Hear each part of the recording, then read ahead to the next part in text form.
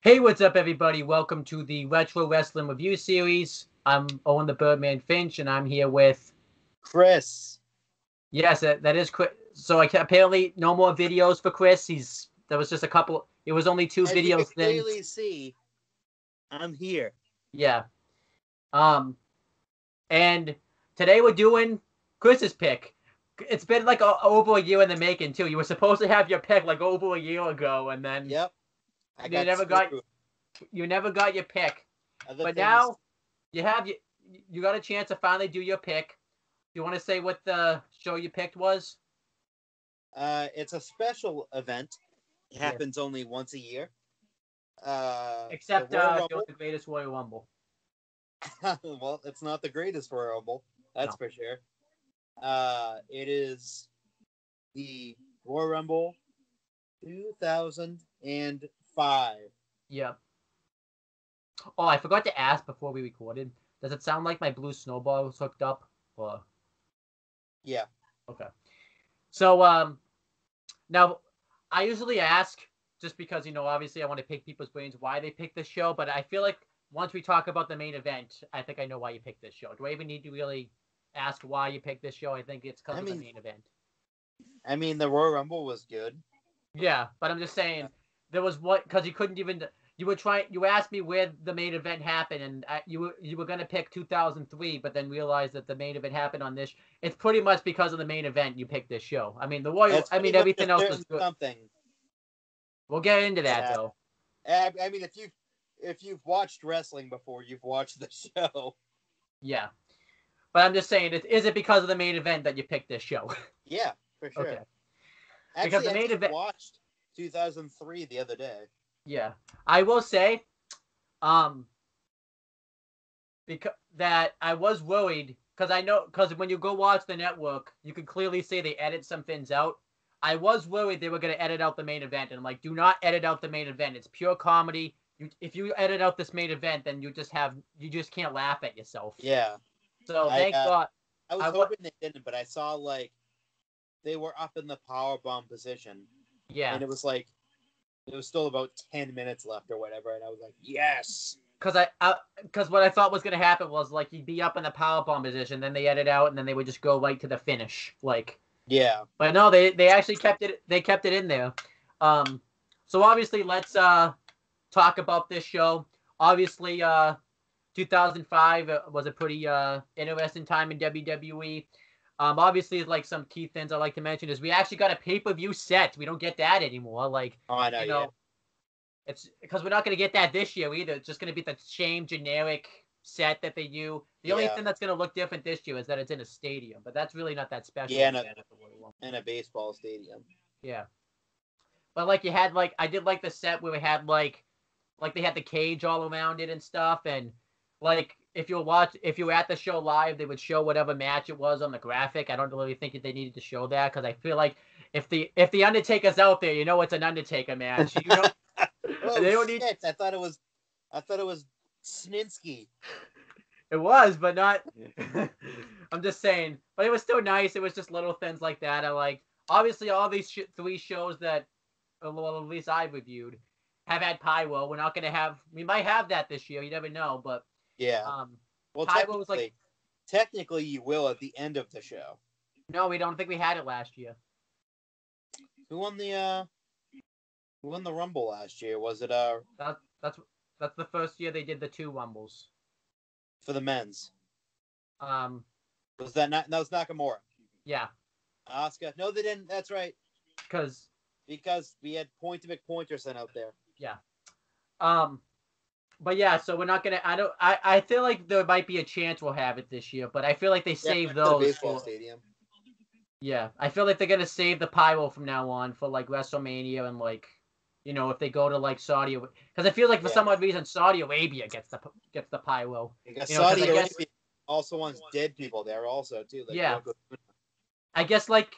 I mean, if it was me, though, if I was running a show in Saudi Arabia, because I know Saudi Arabia's past, I'd be doing pyro over there if they told me to, too, like... Just saying. Just do whatever they fucking say. Like, if they want... Like maybe that's why like some of these shows in Saudi Arabia are so booked to crap. Maybe that's not the WWE booking them. Maybe it's the Saudi Arabian government like holding WWE gunpoint saying book this finish to happen. They have to do it because you don't want to die. You don't want to die, so they'd be dead. Yeah, unless you're suicidal, then you obviously want to die. But anyhow, let's move on from that because that's shot. Bad. That's bad.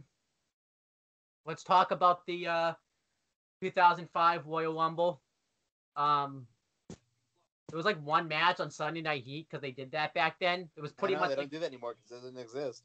It's pretty much like today's pre-show, pretty much. So, you had Jim Ross and Jerry the King Lawler on commentary for it. I couldn't find the whole match because apparently, they don't have this match on the network or anything. But it was a match between Maven and remember Maven, buddy? I do remember Maven versus Rhino. Obviously, Maven. Remember Rhino? Yeah, he's still there today too. I gotta say too, Rhino is in much better shape today than he was in 2005. So, because he looks kind of a little out of shape. Fat then. Yeah, he was fat, really fat. And obviously, this was when like Maven had just like randomly turned heel after failing to win the World Heavyweight Championship, and he had like lost like 3 times on one night in an Intercontinental title match in like 3 seconds or whatever, and yeah, I think pretty much. Jobber. He did win Tough Enough in 2001 and was like a hardcore champion, but then nothing else. That's it. They're just like, you know what? Hardcore. Yeah. Obviously, they would have like the type of match you would expect. There was no story behind it because it's a Sunday Night Heat match. There's no story. Yeah, no one could find. Yeah. And Maven and the Rhino were just having a match just for the sake of having a match. Maven wins by grabbing the ropes. And cheating because obviously the ref didn't see it because he would have just like yelled at him and stuff. So yeah, it's a heel. A dirty heel. It was a pretty basic 2-star match you would have seen like on today's pre-show probably. So, there's that. Obviously today, where is Maven today? I didn't get to look it up. I know he's not. Is he still wrestling? I think he's like kind of semi-retired at this point. He had a match a few years ago against Anthony Green. Oh, it says independent circuit from 2015. He went to TNA for a bit, and then he's pretty much just been doing the indies. He's also he had some drug issues too, also after WWE. Because he was released in 2005, which makes sense because I don't really remember him having much of a run after 2005. So yeah. And obviously Rhino, I believe he left shortly after this too and went to TNA for a while and then did. I think we've talked about this before. If you think about it, Rhino's pretty much been in like every promotion doing its like hottest period of time. He was in TNA doing like one of its hottest times. Yeah, he except was for WCW, pretty much. Yeah. He's an enhancement talent. Never mind. He was in NXT though, doing like when it was like really getting going and stuff. Oh, it's boom period. Yeah. Yeah. Then obviously he was released in April of 2005. Yeah, and then obviously he came back like in 2015, and man, I know Rhino's not anything special, but like they really could utilize him a lot better than they do. Like he's just devil on the shows, and so you could say like this match nowadays means nothing. So absolutely nothing. So yeah, technically, one person is still wrestling and in the company, so yeah. So could we say Maven won the match, but Rhino won in life because he's still in the company wrestling, making a good paycheck, and like I bet if you took their paychecks and stuff, and you took like their place in life, Rhino wins. So yeah, because he's still competing for WWE, and he's in much better shape now than he was then. So yeah.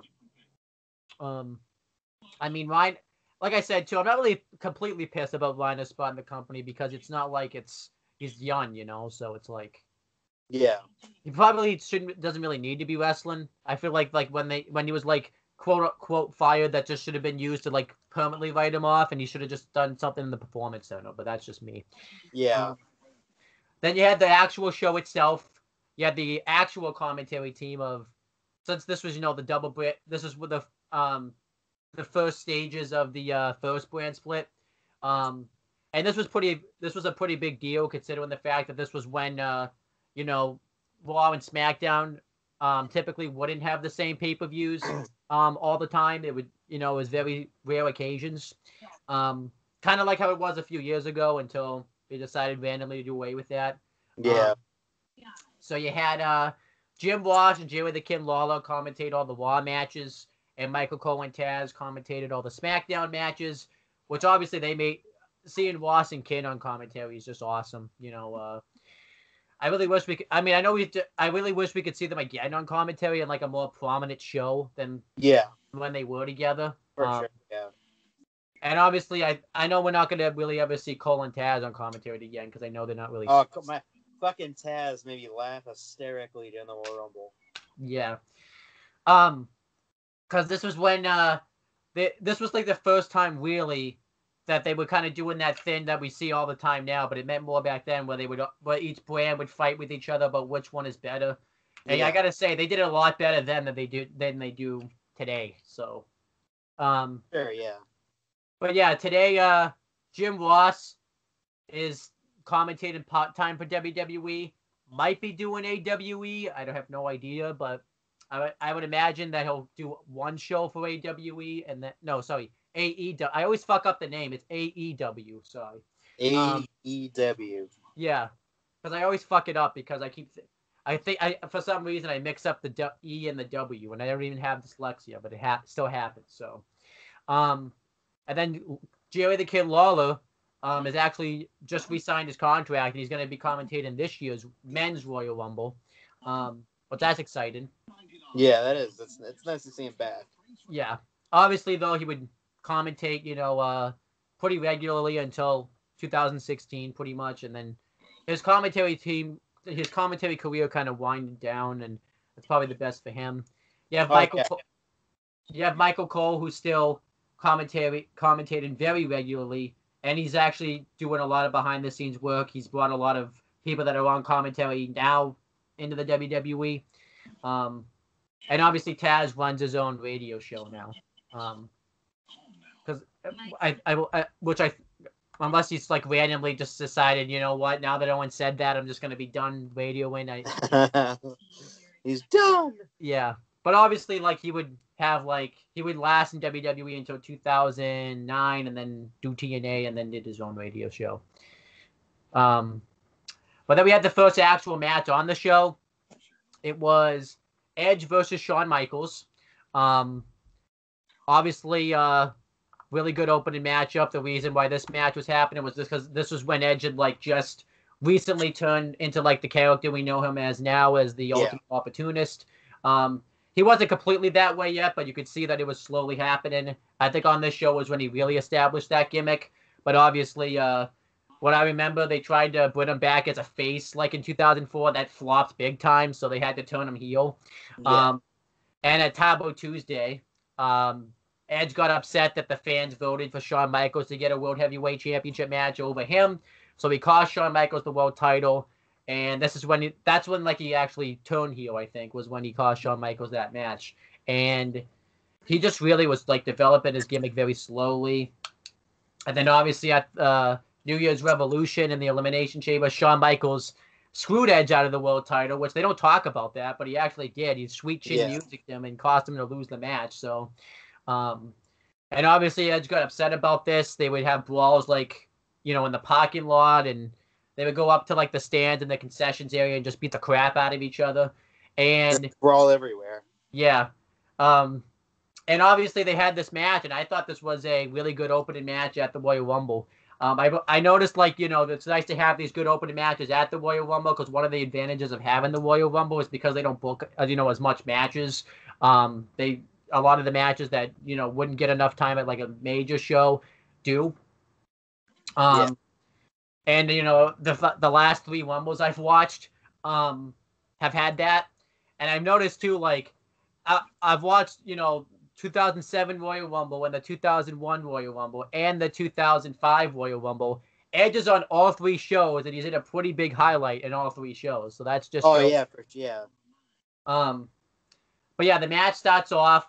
Edge tries to attack Shawn Michaels before he even makes his entrance. Because Shawn Michaels didn't even get to take off like his entrance attire. So Shawn Michaels had to like immediately like, not get beaten the crap out of. So he had to attack, be one step ahead of Edge. He clotheslined Edge like outside the ring and hit like a drop kick on the floor.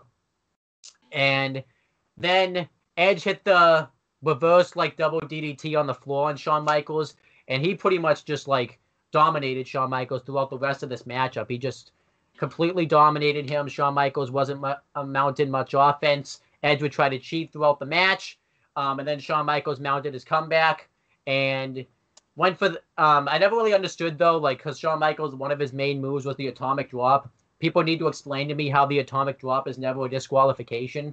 Because if he's hitting him in the dick.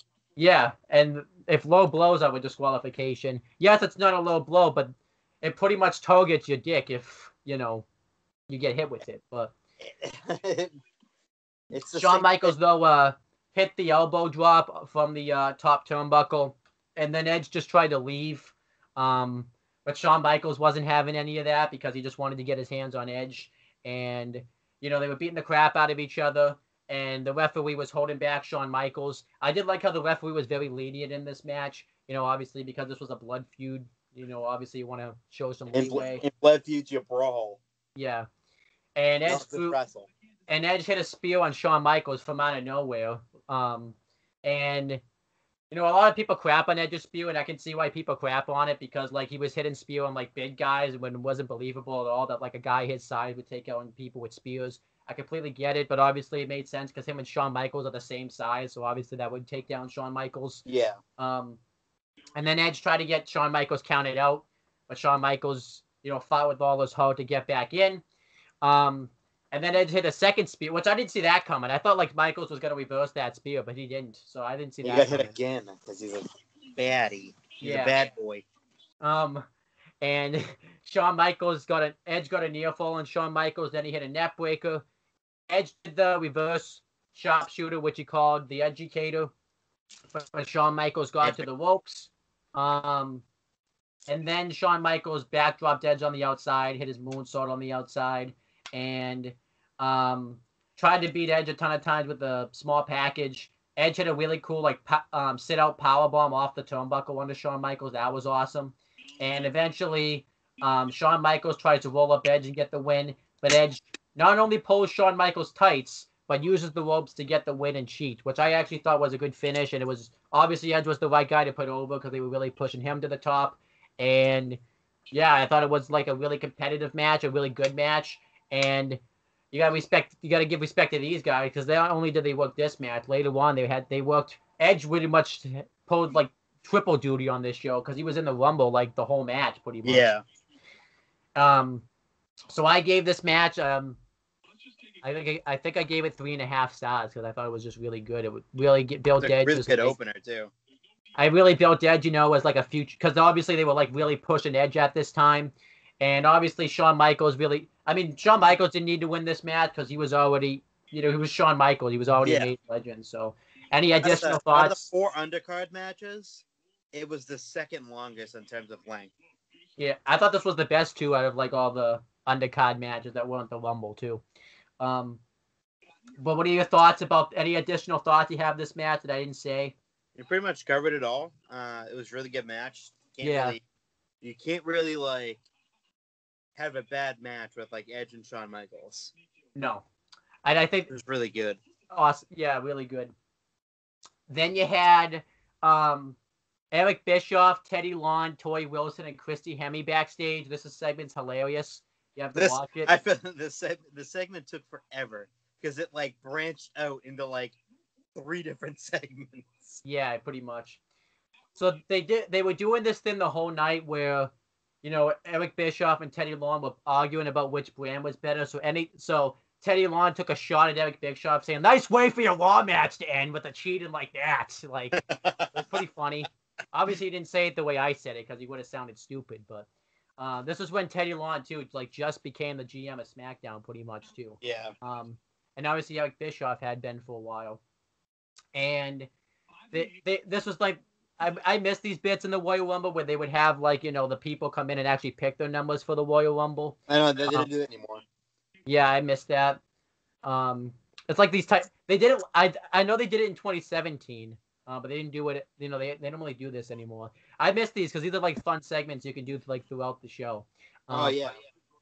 And you have Ric Flair come in and Eddie Guerrero come in. Now I know this doesn't explain it, but it's pretty much Ric Flair being Ric Flair. You just look up this segment, and this is exactly how Ric Flair probably is in real life. Like, yeah. And obviously he's flirting with Tori Wilson. He didn't really pay much attention to Christy Hemme for some reason, but he was flirting with Tori Wilson.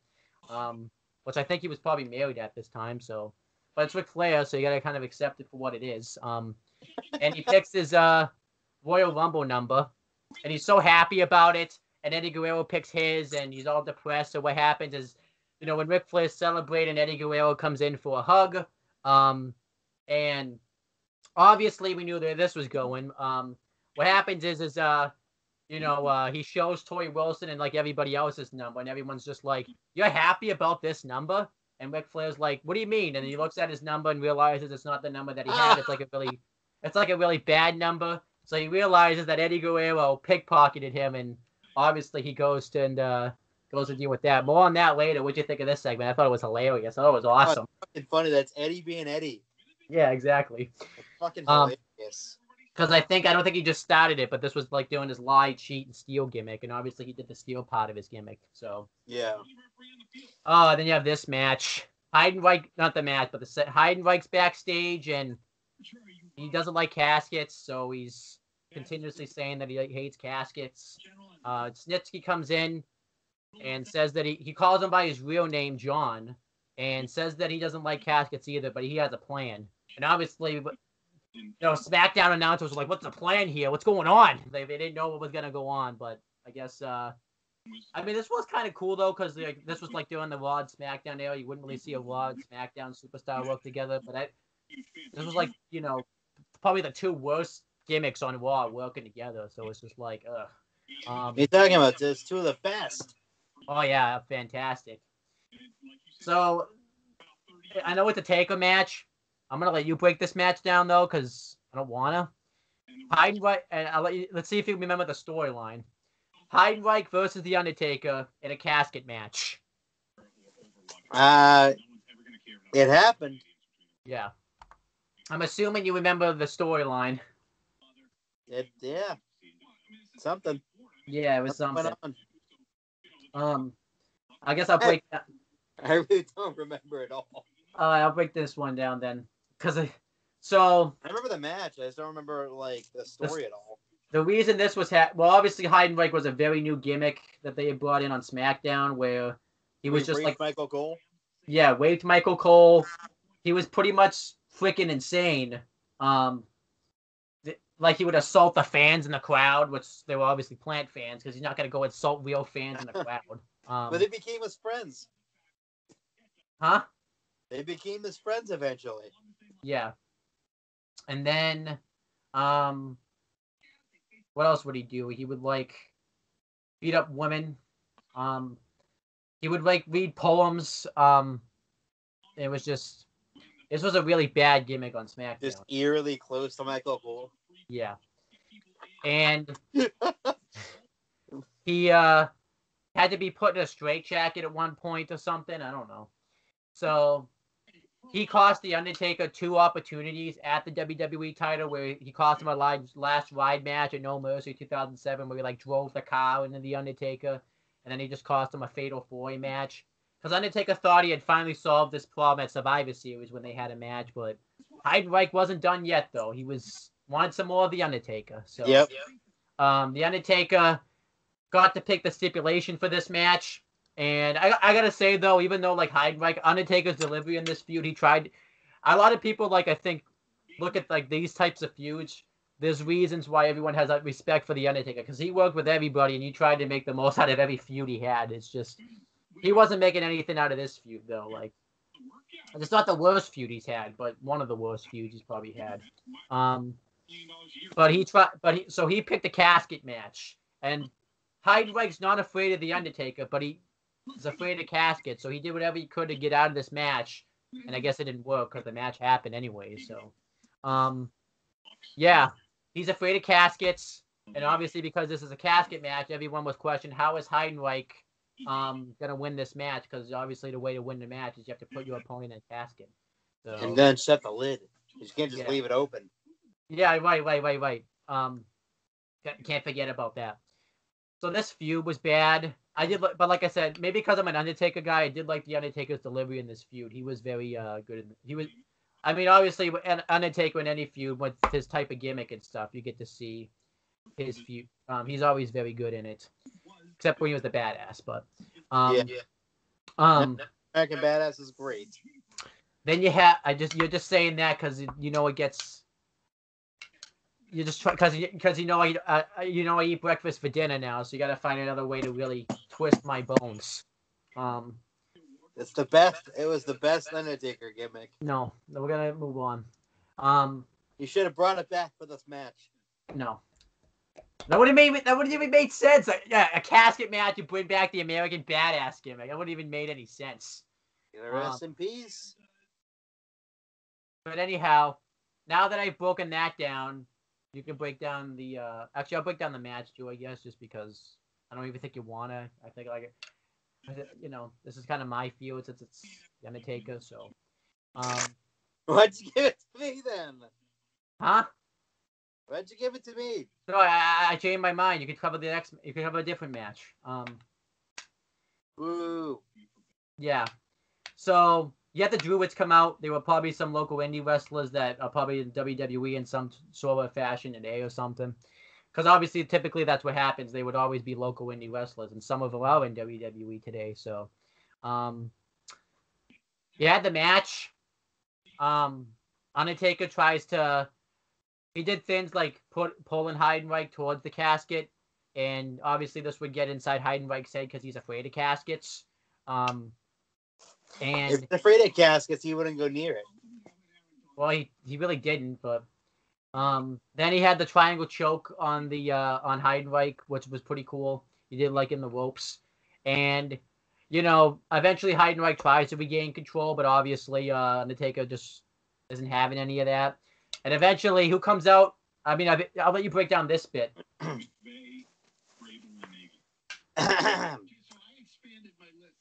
Kane. Well, before Kane. There was someone that came out before Kane. Gene Sinski. Yep. Beats the crap out of the Undertaker.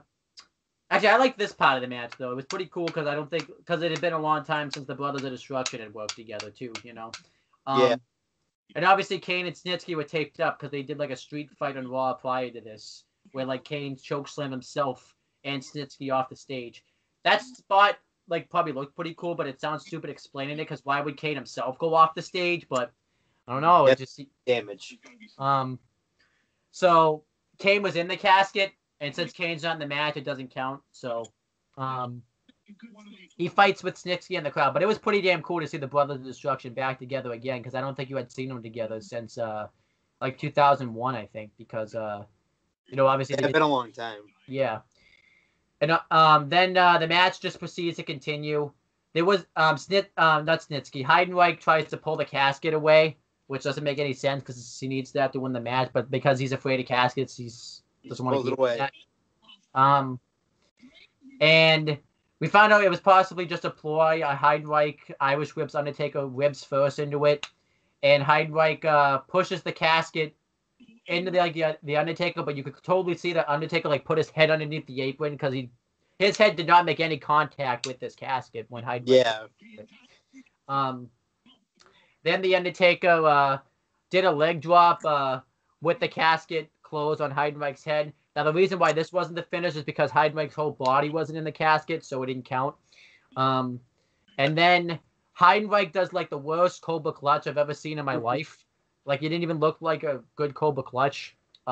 So Undertaker hits old school a choke slam and then a tombstone and puts Heidenreich in the casket. But Heidenreich, I don't think, rolled over, so Undertaker had to kick him to go in there. And also he sold the Undertaker's DDT pretty bad too in this match. Yeah.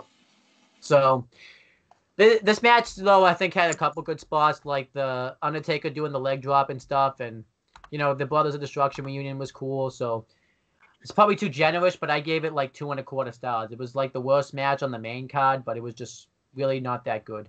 I felt bad for the Undertaker that he had to work with this guy. What about you? What did you think of this? I gave it like 1.5. Yeah, really not good. It's just not a good match. It's just like it's got the nice surprise of Kane. Yeah. Coming out and saving his brother, but like it just wasn't good. It's not Undertaker's fault either. I think it's Heidenreich's fault. No, if he gets put with a quality opponent, that match would have been better. Yeah. And unfortunately, this wasn't the end of Heidenreich, too, because they brought him back and they tried making him a face. Those were his friends. Yeah. And then he was shortly out of the company. I don't even know where he is now. He's in the Independents. Hopefully, I wonder if he's better in the Independents, but we don't know. I would doubt it, but everyone. Hey, it's and obviously the Undertaker's still wrestling. He was, just on the top of it. Sometimes on the top of his game, not all the time, but obviously in 2005 was probably one of his best years because he had that awesome Randy Orton feud at this time too. So yeah. But obviously, Undertaker's. I would still say like. I know a lot of people think like crap on him, but I would say he's still in pretty good shape today. Like obviously he's, lessened down with his body and stuff now, but yeah, I think the Undertaker's still wrestling. Might be going into Hall of Fame. We don't know, but he might. Could be. We don't. I hope it. I hope if he does go in the Hall of Fame, I hope that is the end, but we'll have to wait and see. So then you had... So hoping it's the end for your favorite? Well, I like to see him and all, but sometimes it's time to call it a day. Because everyone's kind of crapping on his legacy now because he keeps wrestling. So, but then you had... I think you know this segment, so I'll let you break this down. Teddy Long and Eddie Guerrero backstage. Teddy basically confronts... Eddie and says, you got to give Ric Flair his number back, and he does so reluctantly. Yep. Because he stole his wallet at one point. Yep. I liked this because it was like Teddy not taking shit from anybody type of GM too, which is the best type of Teddy too. And obviously too, this was when they were setting up like the slow burn of like the complete split of Evolution because Batista and Triple H got into an argument about Batista getting his Rumble number and Triple H going over the strategy with his match with Randy Orton. So they were very slowly breaking up Evolution, which was very much appreciated. So yeah, because of the reign of terror. Yes. So and it was obviously the end. We were approaching the end of the reign of terror, which I think everyone was happy about that. So. Oh yeah. And then let's see if you remember what happened in this segment. Eric Bischoff, Christian, and Tyson Tomko back. Remember Tyson Tomko, man? Yeah, he was fantastic. You remember this? No. Oh, okay, I'll break it. All right, so this is when Christian had that crappy theme song, like the first Close Your Eyes theme song, where like it wasn't remixed, the original, and he picks his number for the Royal Rumble. John Cena comes in, and they have a rap-off, which this was actually pretty cool. I actually liked this rap-off. Christian pretty much freestyles. I liked how he tried to ask Tyson Tonko to throw him a beat. Tyson Tonko was just like, nope. Like being a tough guy. So there's that. And John Cena pretty much owned him in the rap battle because he was more experienced, obviously, in a rap battle. And John Cena probably was able to freestyle more than Christian was. But Christian did have some good lines in the rap battle. But overall, this was very entertaining. Obviously, this was when they were really building up John Cena because this was pretty much, when he finally ascended to the main event scene. So, yeah, this was obviously a very funny backstage segment. And then I'll let you break down this match because I'm being nice. It's the triple threat match, which was, apparently they had to tell us there was no disqualifications, even though it's a triple threat match. Obviously, there's no disqualifications. But they made that very clear for some reason. But what if there was disqualifications? That's stupid. It's a triple threat match. There shouldn't be disqualifications. It's WWE champion JBL versus Kurt Angle versus The Big Show. You want to break down this match and the story behind it and everything? I forget. I'll help you. I don't exactly know if this was the story, but I think I remember like watching like a video package, which I couldn't find online. But pretty much the heels would JBL would like make something up that Kurt Angle did to Big Show, and Kurt Angle would do the same thing. So they would obviously get attacked by the Big Show, and JBL and Kurt Angle would say that famous line, "I love it when a plan comes together." So eventually they all came up with a plan, and it was like a 7-on-1 attack where there was like Kurt Angle and his group, Martin Jindrak and Luther. Remember Luther Reigns, that great piece of talent right there. Who could forget? And you had JBL with Orlando Jordan and the Bashams and some other person, I forget. Attack Big Show in like a 6. I don't know. I said 7-on-1 before. How could it be? How could it be a 6-on-1 if it? And yeah, it was like a 7-on-1 attack, and Big Show got like busted open and everything. And then eventually, Big Show was like out of commission on like the go home edition of SmackDown. So what happened was Teddy Long put Kurt Angle and JBL in a last man standing match where they both lost and they both didn't make the count. They were both all beaten. And guess what we found out? It was all a part of Big Show's plan. And what do you think Big Show said after his plan worked? Guess what the words he said? We're gonna have a match at the Royal Rumble. Actually, no. He said, "I love it when a plan comes together," because obviously it was all doing to them what they did to him. Of course. This feud kind of really wasn't. It was really thrown together. Like it was no feud behind. I totally watched these matches. Huh? Because I totally watched these matches. Yeah. Full. I don't think he did, but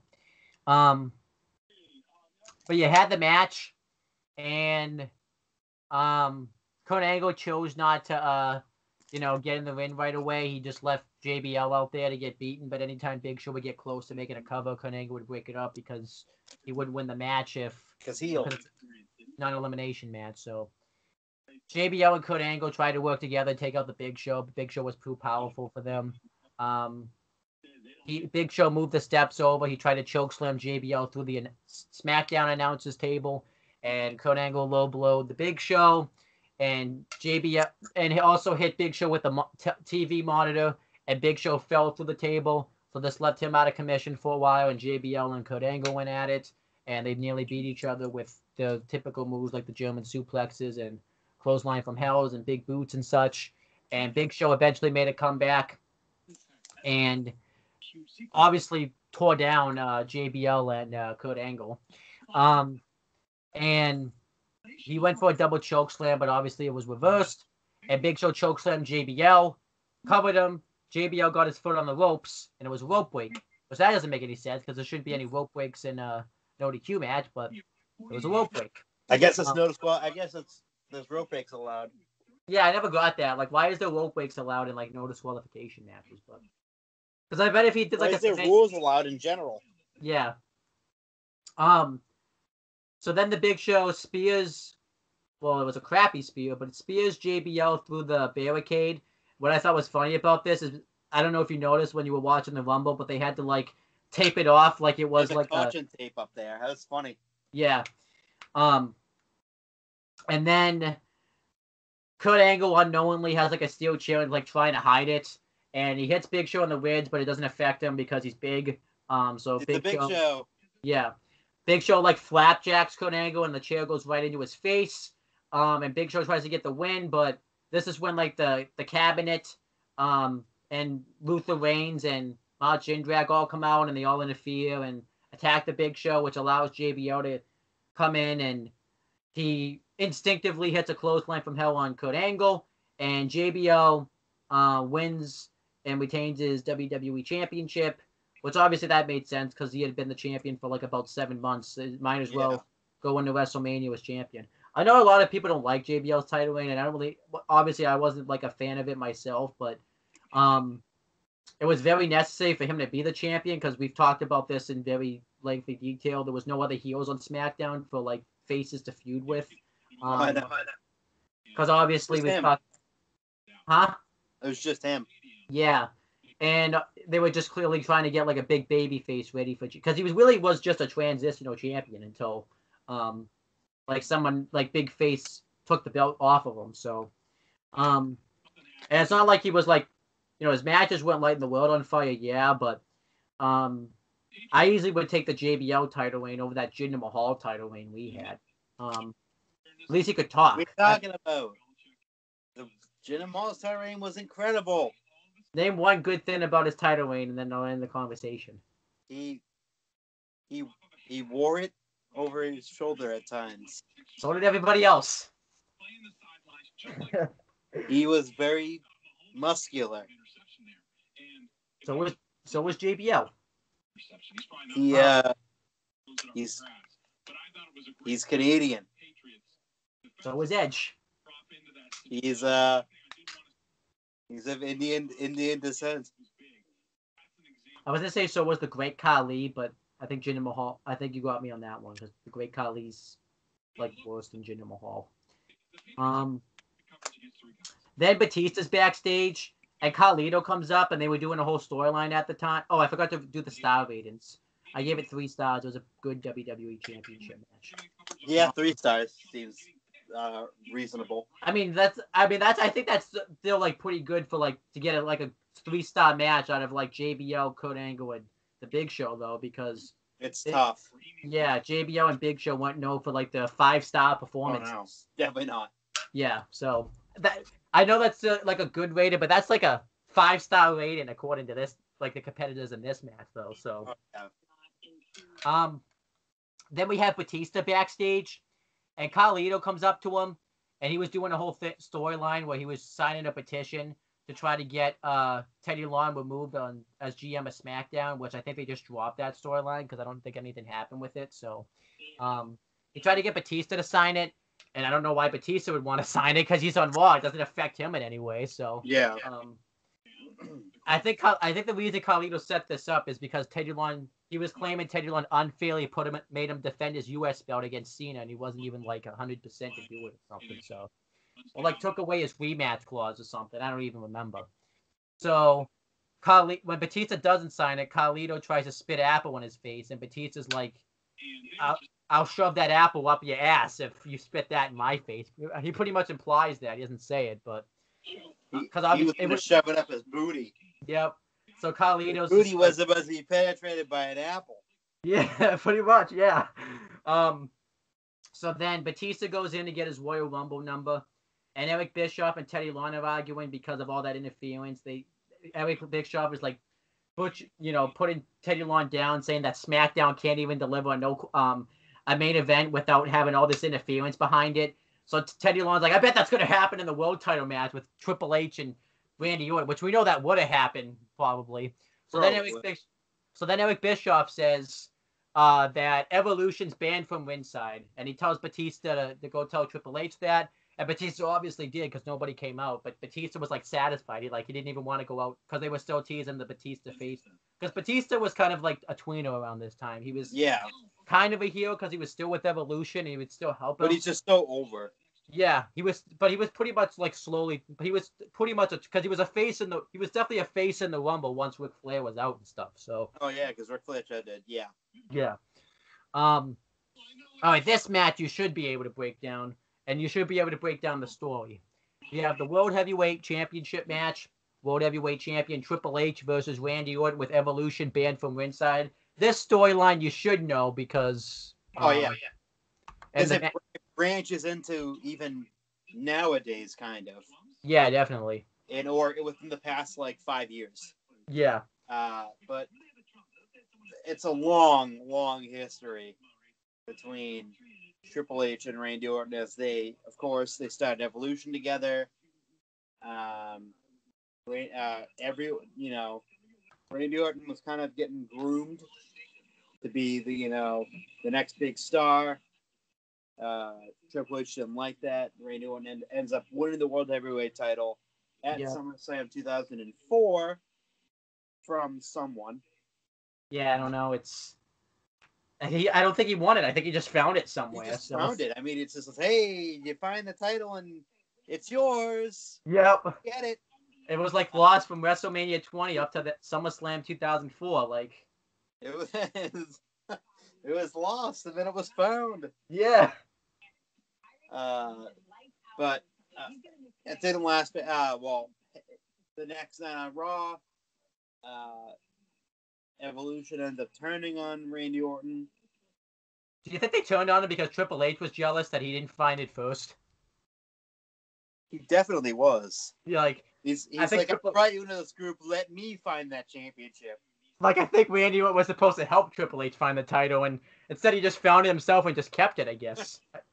Fucking rude. Well, apparently Triple H doesn't know that whole term. Finders keepers, losers weepers. I guess. He was jealous, and they turn on him, and they go into this blood feud. Well, Randy Orton definitely was blood. It was blood on Randy Orton, definitely. So. Oh yeah, he was quite covered in the crimson mask. Yep. On the next pay-per-view, he ends up losing the championship after a month having it. And so far, the space chair's going really, really well for Randy Orton. Didn't take him long to lose the championship. And who did he lose it to? And leading into the Rumble, Randy's popularity wasn't nearly as where it was before. No. He came out in this match against Triple H at the Rumble to near crickets. Yeah. So I'll say this too, like there was other things that was going on, like, you know, they did the whole stupid. So I never understood this, like why they just vacated the world title just to give it like right. I feel like they just wanted to have like another world title like win on a Triple H's belt because it's just really, for sure. Because like he loses the world title before New Year's Revolution 2005, and then he just ran, and just to have him win it right back at New Year's Revolution 2005, it's like, yeah, I don't know what the point of that was. That was just. It was dumb. Yeah. Why not just have him hold the thing until then? But sense. Obviously, but like, because if you think about it, like he's like a 14-time world champion. One of those world titles shouldn't even exist, and it's this one right here. Like, yeah, this should be like all one. He shouldn't have even won it. He shouldn't have won it back so quickly. Well, obviously they were building up a bigger storyline that was to come at WrestleMania 21. So yeah, that's why I think he won it back as quickly as he did. But he should have just hold it the whole time. You know, like not have him hold it when it like because I think he won it from Randy Orton and Unforgiven. Have him hold it from Unforgiven to WrestleMania 21. Don't have him like lose it in between. So yeah, or if you wanted to do like, I would have done it where, you know, you build up Randy Orton as credible champion, and you have him then lose the championship to Triple H at the Rumble. So I'm like, well, I think they got the whole storyline wrong. We've talked about this before, where they should have had like Randy Orton actually be the heel, where he was like that cocky brass superstar who didn't really need Triple H, and they should have kicked Triple H out of the group. Yeah, that kind of that would have been interesting. Yeah, like I think like at that point was heel way too long. He didn't end up turning babyface until almost the end of 2005, going into 2006. Yeah, they did that homecoming thing with Ric Flair. Like his babyface run, like he really shouldn't have turned face when he did at the end in 2004. Like that was a huge mistake. But obviously, like, you know, because he was still acting heelish too. Like he would whine and cry. Like anytime he like lost the world title match, it was screwed out of it. Like baby faces don't do that type of crap. Like he was also not very long for being a babyface. No, he wasn't. He was a heel a few months later. Yeah. So we had the match, and it was okay. I feel like it's just a typical like Triple H match, like in 2004, where he always has to get the win. And obviously, like we said, we joked about this in the channel update video, but it really wasn't a joke. It was always Triple H who would always hinder Randy Orton's momentum. So, okay. I'm not even gonna like waste my time breaking down the match because it's a typical, you know, if you've ever seen a Triple H Randy Orton match, it's Triple H, always wins and always stands tall in some type of fashion. Yeah. And Triple H did win, which you could. I mean, really, I'm not really as mad about that because the damage had already been done anyway. So it wasn't like you were really hurting Randy Orton anymore, anyways. So yeah.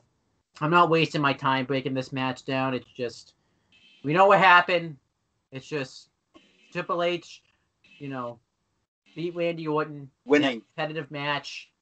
They did actually they did do the spot though. Obviously they did years later where like Randy Orton went for the RKO and Triple H like threw Orton out of the ring, and obviously that spot's kind of significant because obviously that years later they would try that spot. That's what like broke Randy Orton's shoulder in the first place. So yeah.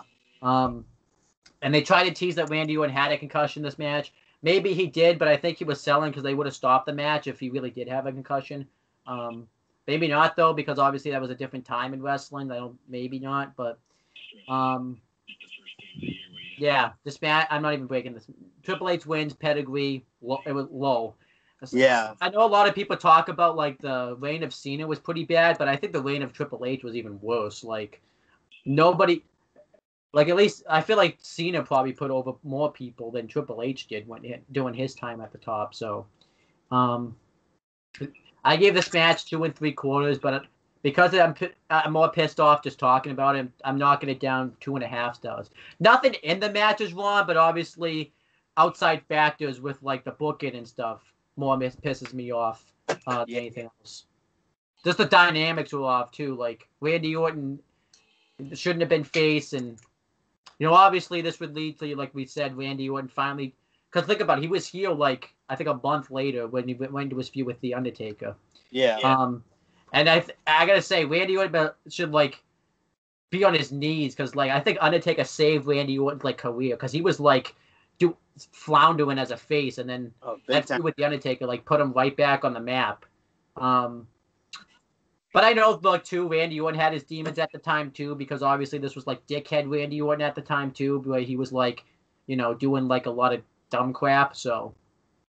Yeah. Oh, yeah, sure, for sure, yeah. I mean, obviously that was more 2006 because, after the Undertaker feud, he kind of went in that dickhead path again, too, so. But obviously Randy Orton's, like, easily one of the top guys in the, What was really weird, too, is you could definitely see, like, the evolution of, so obviously that's a pun unintended, of Randy Orton from like this match from like SmackDown last night. Like it's just a completely different person almost. Oh, it is. I wonder if he was doing like the things he was doing that they report about back then. I wonder if he was. Probably not, because he probably wasn't in a position to do that type of stuff. But yeah, I gave this match. I gave it 2 3/4, but I'm changing my style rating to 2.5. It was just nothing. I give it a solid 2. Yeah. Better than the casket match, I'll say that. Then you have Nunzio backstage, and he's all hyped up. He's got his Royal Rumble number, but Kurt Angle steals it, and he challenges Nunzio to do something about it, and Nunzio doesn't do something about it because I guess he doesn't want to deal with Kurt Angle. Now, obviously, Kurt Angle stole his Royal Rumble number because he was mad that he didn't win the title, so he wanted another way to main event WrestleMania. Because at the time when you actually won the Rumble, you main evented WrestleMania. They tell you that this year, but how can there's 2 Rumble matches this year? Only one of them is main evented. So none of them main evented last year, actually, if you think about it. And they're still not going to main event. Yeah. Well, maybe, you never know. But then you have, but I did like the Kurt Angle Nunzio segment. That was Kurt Angle was scary. Then you had Eric Bischoff, Teddy Long, and Christy Hemme backstage, and Eric Bischoff and Teddy Long still bickering and congratulating each other on the matches and stuff because they were doing Raw versus SmackDown then. Then JBL comes in and he was storyline supposed to have been drunk and he was celebrating the WWE title win.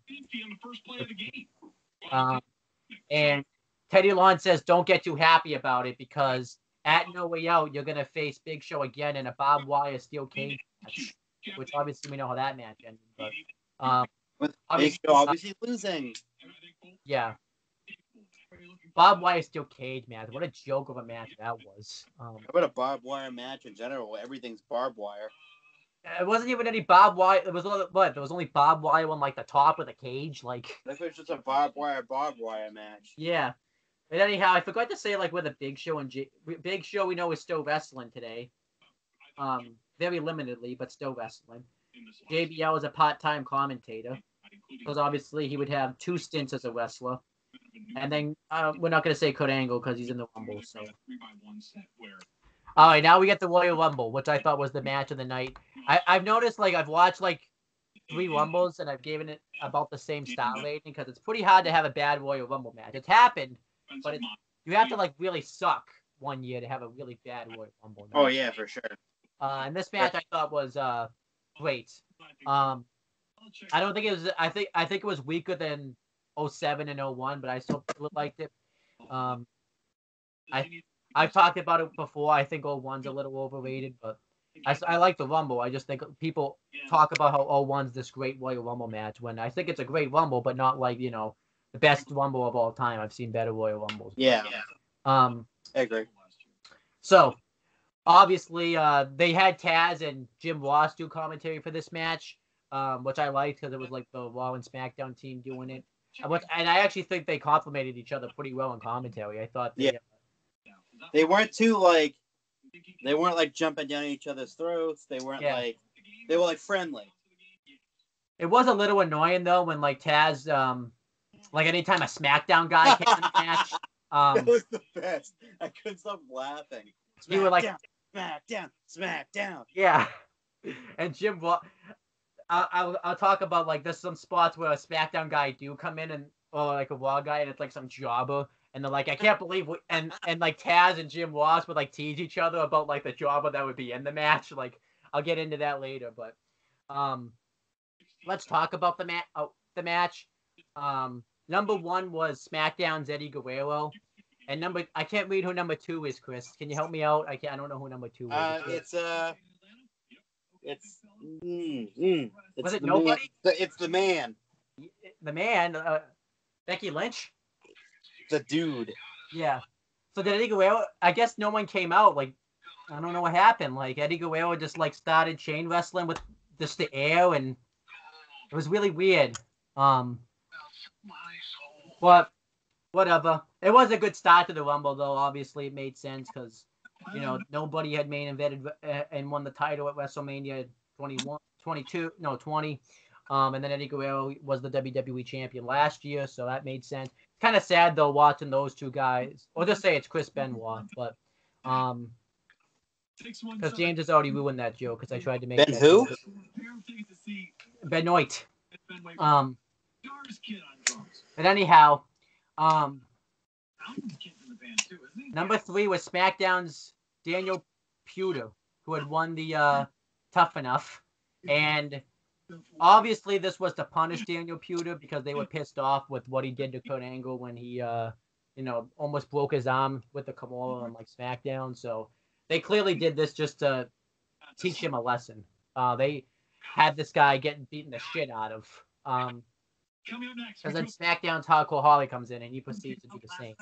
And Hardcore Holly immediately eliminates Daniel Puder. So Daniel Puder was just pretty much put in this Royal Rumble just to get squashed. Which, I mean, I can kind of, I don't know.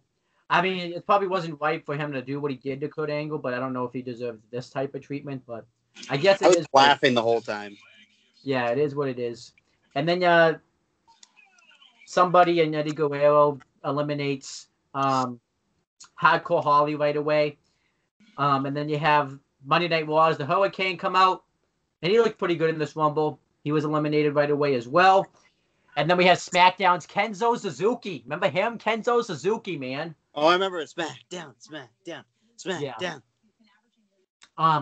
Also noticed SmackDown guy. Yeah. I believe he was a former cruiserweight champion, which is really weird because he's like he was not a cruiserweight. So. Well, that's Ed's 205 Live. Yeah. So then we have Monday Night Wars Edge. He lasted a long time in this Rumble. He lasted like up until the final 3, so that was really good. 40 minutes and 19 seconds. Yep. Then you have SmackDown's Rey Mysterio, And I do gotta say though, because I watched SmackDown, like Rey Mysterio like hasn't missed a beat from this Rumble until like this year. He still looks in great shape. Like he could keep wrestling and for a while. And then obviously though he eliminated Kenzo Suzuki. But it was really cool to see Edge go at it with some people and Rey Mysterio go at it for some people with SmackDown. They kind of brought up like how Edge and Eddie Guerrero had a history with each other when they were feud. How Edge had turned on that somebody at like Tabo Tuesday when they won the World Tag Team titles. Yeah. Edge and Rey Mysterio's like feud. He even did like the wheelbarrow bulldog onto Edge, which was cool. And then you had number 9 Monday Night Wars Intercontinental Champion Shelton Benjamin. He looked very athletic in this Royal Rumble match. Then you had number 10. It was SmackDown's Booker T. Number 11 was Monday Night Wars Chris Jericho, which it's very different to see Chris Jericho like around this time or what he looks like now. It's like it's almost not even the same person. Yeah. I know you're not very happy with Chris Jericho right now. So No, not very. Number 12 is SmackDown's Luther Reigns. That great talent. So, yeah, great talent right there. And then I hope it's a SmackDown guy. Yeah, and then they do this bit where Eric Bischoff comes down to the ring, and Teddy Long comes down to the ring, and I thought this was kind of cool because it wasn't something you had seen a whole lot of, where they had like everyone kind of stopped and Raw was in one corner and SmackDown was in another corner, and they all started brawling. And that was pretty cool. Obviously, it's very reminiscent because they did this spot last year in the Rumble when it was like the Ruthless Aggression era going at it with the New Generation era. So it was kind of like the same spot here. But then who comes out number 13? Monday Night Wars, Muhammad Hassan. And the alien. He came out with Sean Devari, his manager at the time. And Muhammad Hassan obviously was getting pushed very heavily at the time. But I actually like this bit they did in the Rumble where Raw and SmackDown put the differences aside to get this guy out of here. Like they did not like heel. Because he was like he was like not the can we pretty much say the terrorist heel? So that's kind of what he was. Even though he wasn't supposed to be that, but it ended up being that way because of later on stuff. But everybody pretty much eliminates Muhammad Hassan. That was I like when they do that type of funny bits in the Rumble. It protected him really well, too, because obviously when you have that many guys eliminated, you ain't getting out of that. So, I thought that was a nice bit they did in the Rumble. Then you have number 14. It's SmackDown's Orlando Jordan. Number 15 was supposed to be SmackDown's Scotty 2 Hotty, but he gets attacked by Muhammad Hassan and beaten the crap out of, which Taz wasn't happy about because it was Raw being a poor sport. But that was funny. Then you have number 16 was SmackDown's Charlie Haas.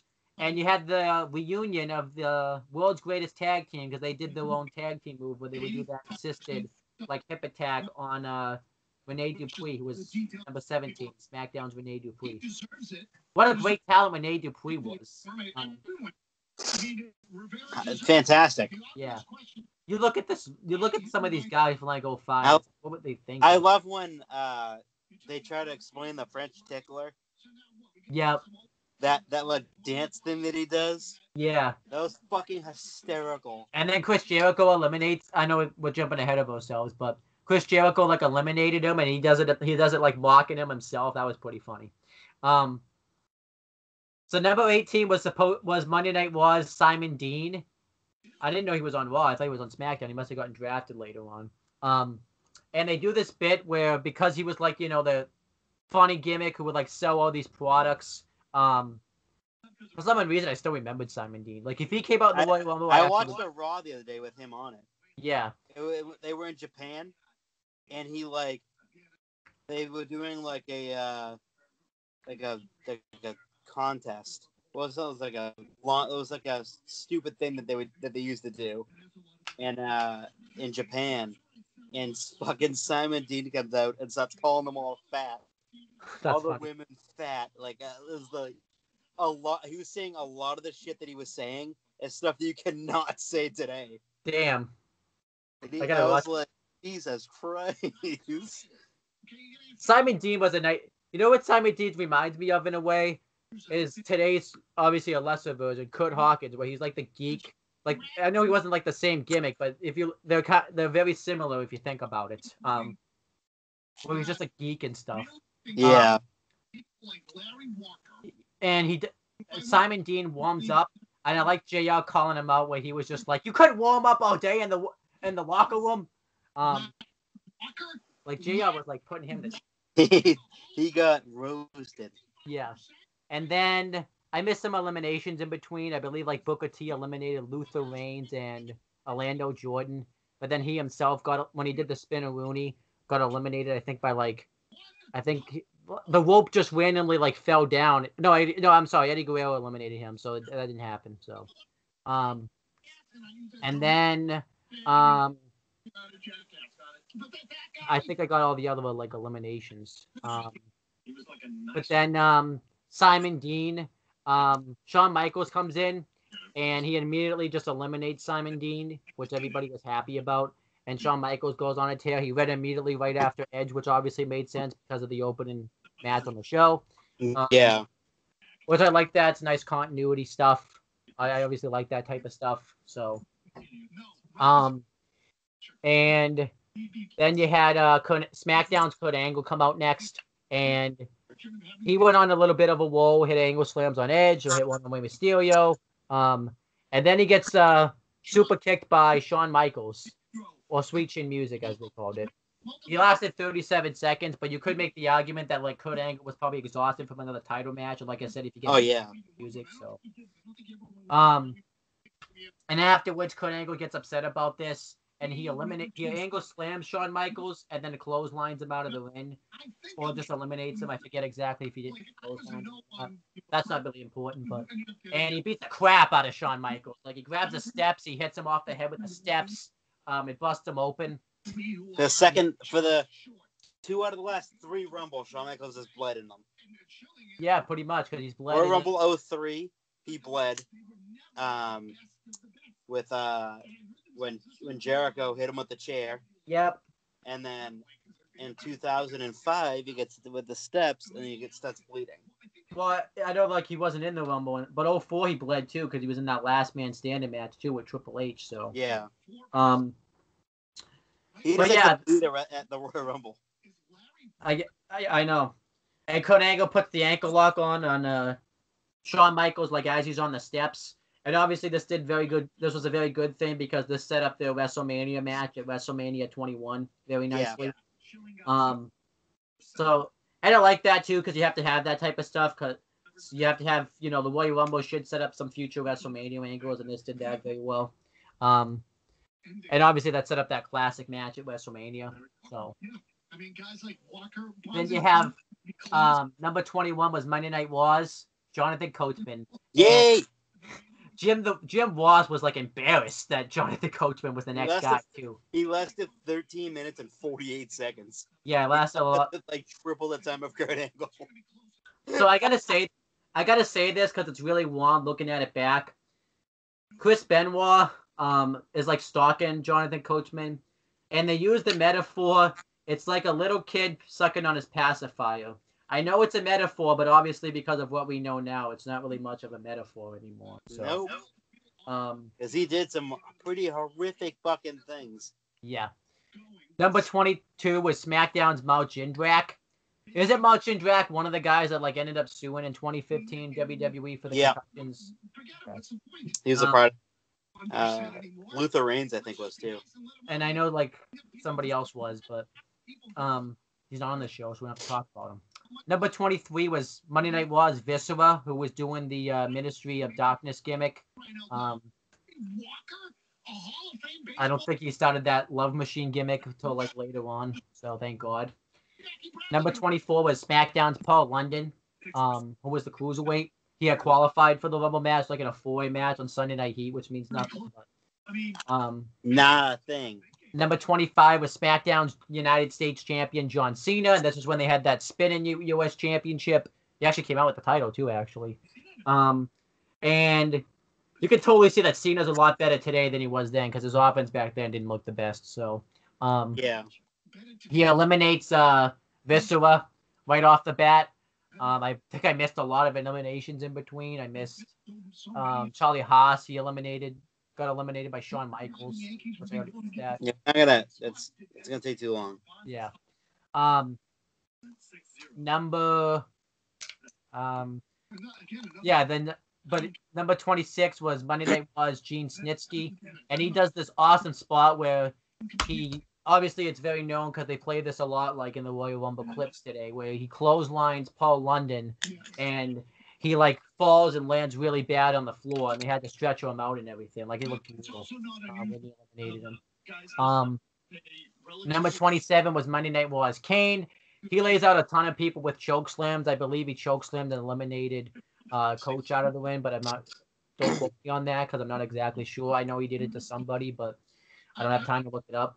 And then number 28 was Monday Night Wars Batista. And he immediately lays out Kane with the Batista bomb, which was awesome. Number 29 was Monday Night Wars Christian. And number 30 was Monday Night Wars Ric Flair. And obviously Ric Flair and Batista worked together in this match. Batista eliminates Christian and Chris Jericho, which probably made you happy that he eliminated Chris Jericho, even though he wasn't pissing you off yet. But obviously, because he's pissing you off right now, it made you happy. And they do a bit where Ric Flair tries to eliminate Batista, but because Batista's like too powerful, it didn't work. So they have like an intense stare. And like I said, it's more planting seeds for the eventual Batista splitting from the Evolution. Which I like those type of seeds. We don't really see those types of seeds planted anymore. I mean, physically, they weren't like seeds legitimately planted. So I thought they were. I had to make sure that you didn't. I had to make sure. That's why I gotta say. He gets attacked. And I believe the final 6 was Ric Flair, Batista, John Cena, Kane, and Edge, Rey Mysterio. I think I said Edge twice. I think Christian was one of the final 6. That sounds about right. But since Christian and Chris Jericho, it was either Christian or Chris Jericho were the final 6. I think it was Jericho. And Edge eliminates Ric Flair after he lays out everybody with spears. And the final 4 is Batista, Rey Mysterio, John Cena, and Batista, Rey Mysterio, John Cena. Which obviously that's very significant because they were pretty much the guys that were very focused on in the Ruthless Aggression era. So that was very significant that they were the last 4 in the match. So I thought that was pretty cool. And Rey Mysterio went on a clinic in this match. He hit a lot of 619s on everybody, but eventually Edge spears Rey Mysterio out of the match and eliminates him. So that's down to the final 3: John Cena, Batista, and Edge. And John Cena and Batista both eliminate Edge simultaneously. And then eliminate each other. So yeah, why don't you talk about that? The final 2 is Batista and John Cena. What happens when the final 2 are in the ring? Batista goes for a Batista bomb. And they both go over the top rope, and they both hit the floor at the same time. Yep. They can't make up their mind. Out comes the chairman, Vincent Kennedy McMahon. He comes out, throws his jacket down on the ground, gets in the ring, tears both his quads. Yep. At the same exact time. So he's just sitting there on the mat in the ring, looking like an idiot, yelling. By the way, guys, we have to say too, this is all legit too. None of this was a work. This was a shoot. This is not a work. He got hurt legitimately. He tore both of his quads going into the ring, and so he's just sitting there. Well, also too, I was saying too, like Batista and Cena getting out too. That was not supposed to happen. Yeah. And then they restart the thing. Yep. After they do a weird spot where Batista throws Cena over the top rope, and then Cena gets back in the ring and throws Batista over the top rope. But it ends when Batista throws John Cena over the top rope, and Batista is your 2005 Royal Rumble winner. Yeah. But I know we talked about that the best final 2 is probably Undertaker and Shawn Michaels from 2007, and I think that's the best final 2 ever in a Royal Rumble. this is the best for different reasons. Just for comedic reasons, this is one of the best final two in a Royal Rumble because just everything that could have gone wrong went wrong in this final two. Like, Vince getting into on his quads because I actually have the DVD of this, and Batista actually was supposed to like powerbomb like Cena in the corner back to back, I guess, and obviously because Cena was too big, it completely got fucked up. But they even talked about too, like I think Batista and Cena probably both thought they were getting fired for fucking up like the final two in the Royal Rumble. Yeah. But yeah, it was definitely one of the best spectacles. Like it's a spectacle. It's one of the best botches that you have to see because it's just everything that could have gone wrong went wrong. So I feel like too, like it seems like Batista just doesn't have very much luck in the Rumble because the two Rumbles that he's won, one of them was botched, the other one was like nobody liked him in that one. So it's like, what's gonna happen if he wins it this year? Is like the whole ring gonna like explode with like dynamite or something? Like, but obviously, like I said, I thought this was actually a great Rumble. This finish makes it just a 4-star Rumble. Definitely 4 stars. But also you have stuff in here like you could totally see that because what makes a good Rumble too is when you have guys go a long time. Edge's long appearance in the Rumble really made him a star because obviously it validated his push more. Rey Mysterio did the same thing. Eddie Guerrero establishing him. The Muhammad Hassan bit I liked. Taz and JR on commentary was awesome. And then obviously John Cena. He went obviously him being in the final two because obviously I think when we look at it too, there was really only 3 guys that were probably gonna win this Rumble, and the main ones were probably John Cena and Batista because they were being groomed to be the next top guys of the company pretty much. Yeah. But obviously you could have made a big argument for Edge too because of his big push too, but it was either Batista or Cena. I think the right guy won this Rumble. You really could have made the argument either way. But obviously, because Batista won, it set up, I feel like Batista was the better option just because it set up better for the Batista Triple H match at WrestleMania. Because then, obviously, the aftermath of that was Triple H did everything he could to make sure that Batista would pick to go after JBL's title. But then I remember, like, they did this thing where Triple H tried to, like, put a hit on, like, he paid JBL to put a hit on Batista or something, or, like, had someone, like, dress up, like, make it look like it was JBL's limousine doing it or something. Yeah. But obviously it didn't work. And Batista chose to go after Triple H. And obviously Triple H, I know even that one good thing of 2005 was we finally had the end of the Reign of Terror because obviously... it was over. Yep. Triple H didn't put over Batista just at WrestleMania. He also put him over at Backlash and at Hell in a Cell. That's very rare for Triple H to lose 3 times in a row like that, especially give it at the time on on a pay-per-view. Like, yeah, it was probably like I think like people were probably thought they were dreaming at that time. Like, and then obviously John Cena's path was a little different because he won the tournament to challenge JBL for the title, and then Batista and John Cena both won the first World Championships on the same night. And then obviously they would have which obviously kind of rekindled their feud because when they had their matches at WrestleMania and SummerSlams and such, it would, meant more. Obviously Edge would go on to win Money in the Bank and win the WWE title and became a big star. Rey Mysterio and Eddie Guerrero would have their feud. Kurt Angle and Shawn Michaels would have theirs.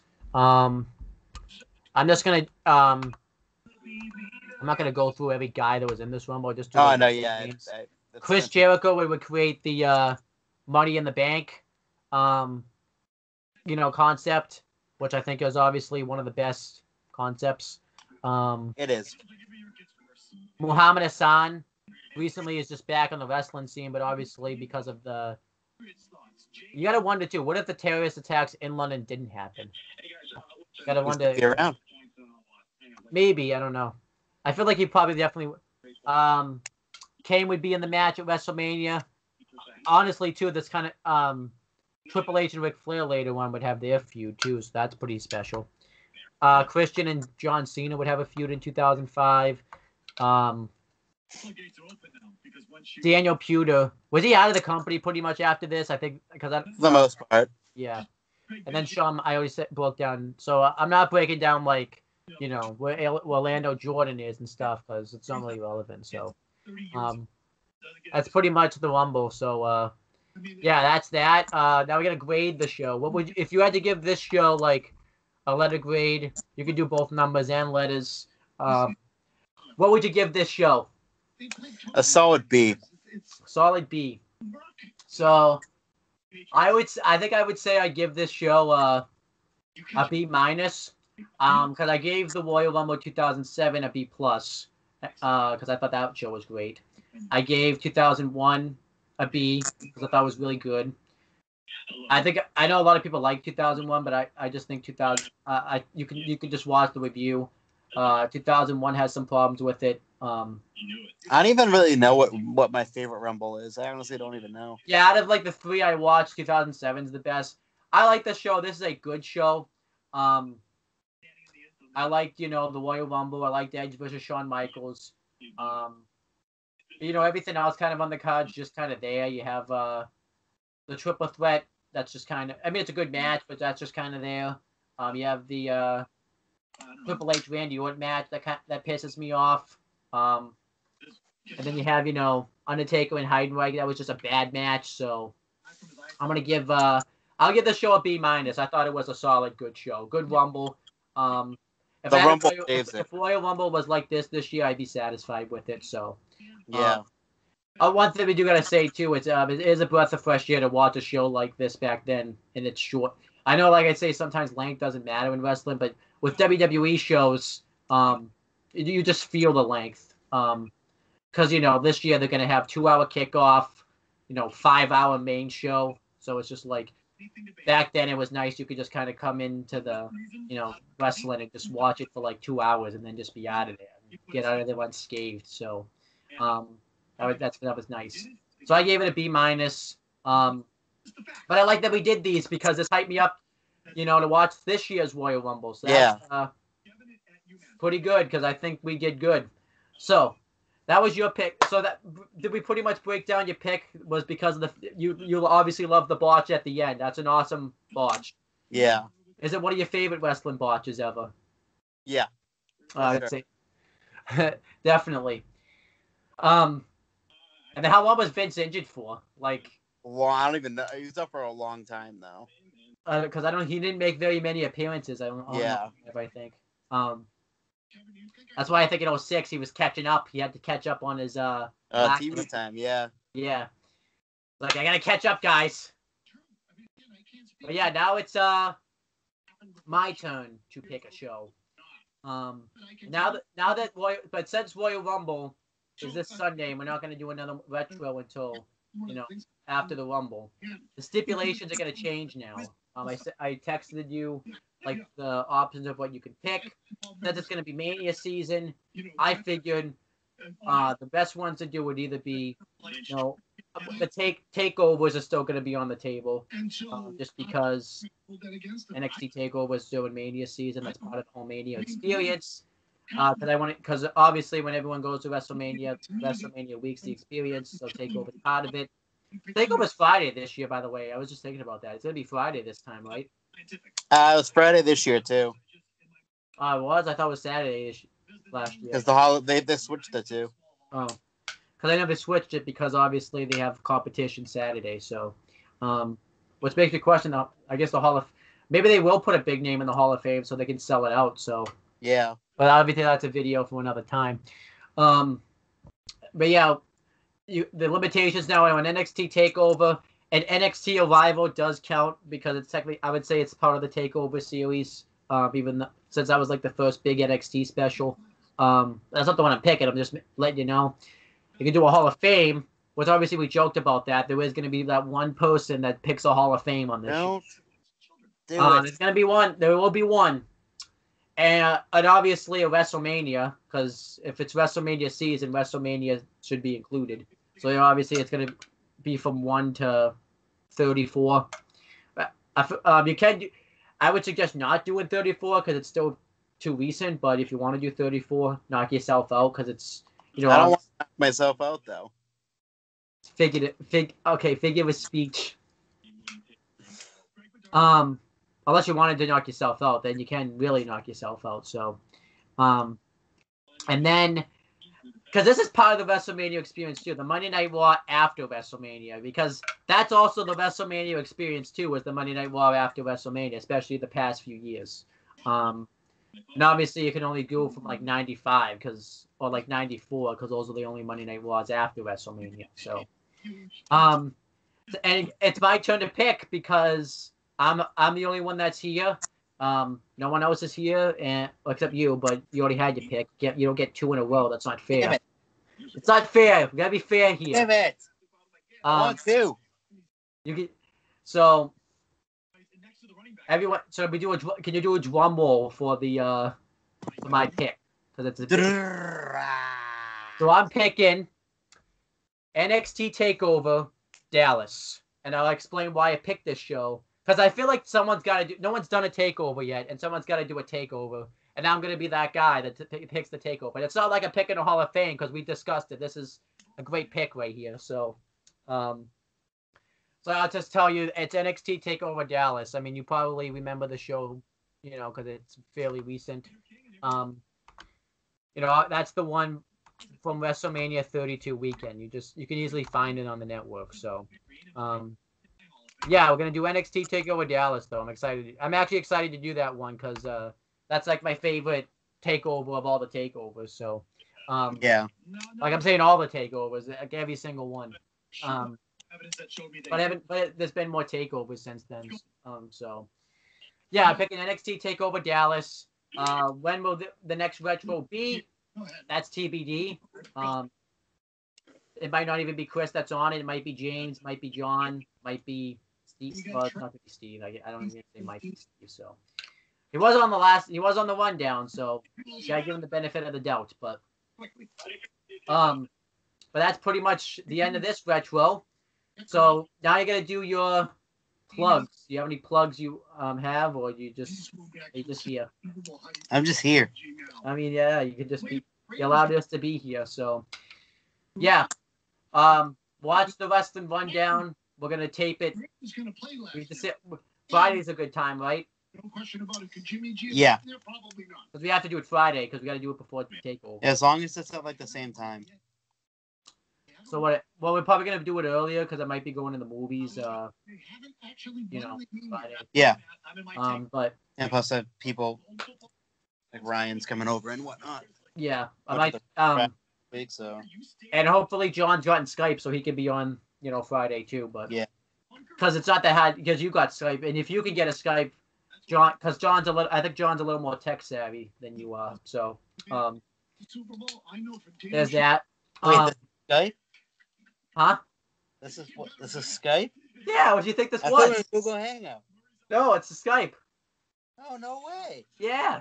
Notice because you're not glitching out every week, so every 2 seconds. So actually, I noticed though you don't have as many problems though as you were the last time we did this. Actually, like you were having all types of so your internet must be better or something. I don't know. It was weird. It was fine the last 2 times we did it. Yeah. But yeah, so you can also check out the Owen Talking to You YouTube channel. I'm gonna upload some videos on there the next few days. I just recently did my Movie Monday review, which you can check out. I reviewed Unbreakable because I'm seeing Glass Friday, so I had to watch that film to understand Glass because I would have understood it. And yeah, also check out the Seam Brothers. We actually never started that movie Friday review we were gonna do because we've been too busy. I know, yeah. I feel like this Friday's not a good day for it, so we'll have to squeeze it in. And we have to. I don't know how we're gonna do that yet, but so now while you're here, we should let it. When's the next time you can do the retro? Would Wednesday the same time work? Yeah. Okay. Mid-afternoonish. And I expect you to watch I expect you to at least watch this one because this one doesn't take that long to watch. So yeah. It's NXT. I'll say it again. It's NXT Takeover Dallas.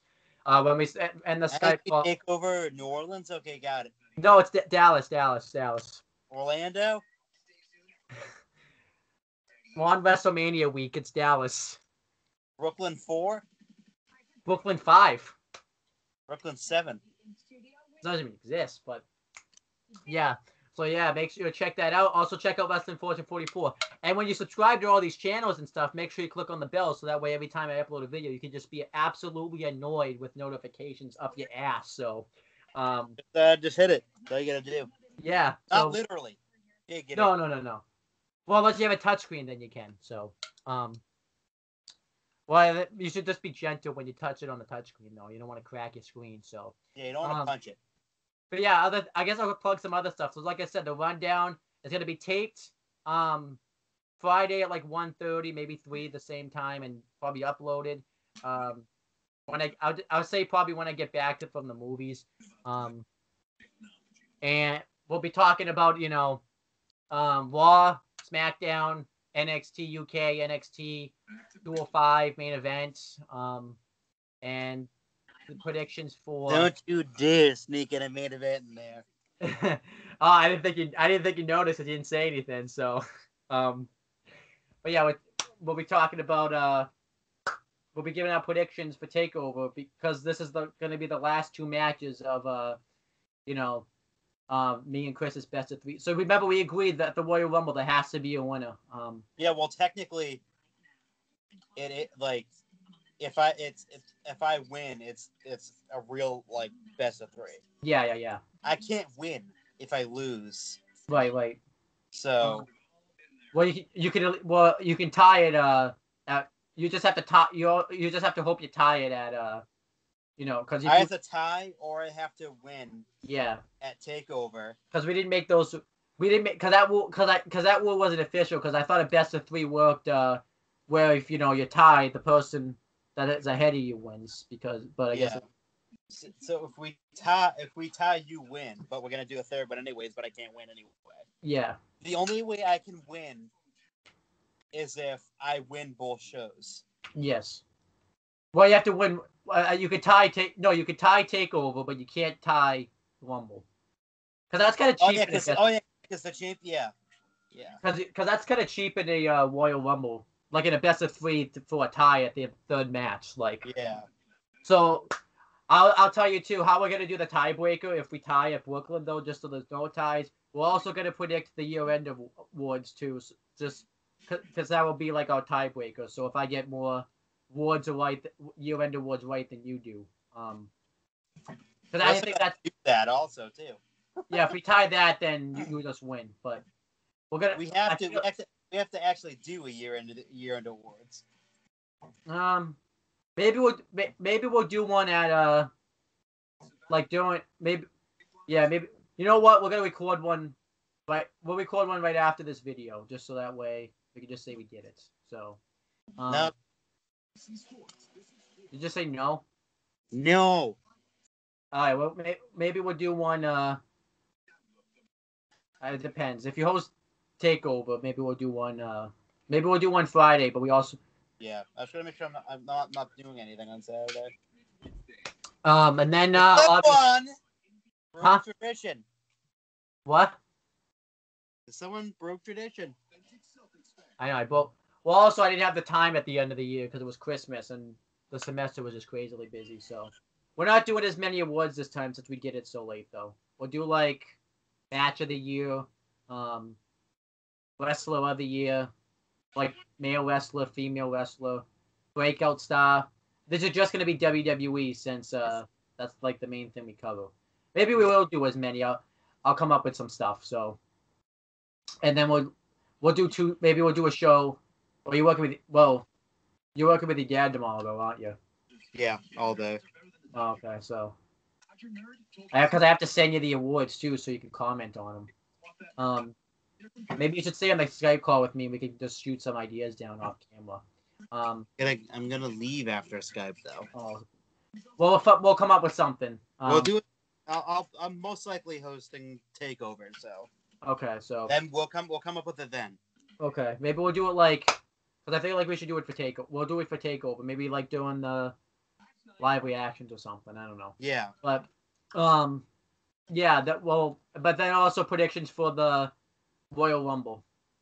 And Yeah. the tiebreaker for the Rumble is obviously going to be the pre-show matches. And if it's whoever predicts whoever wins the Rumble.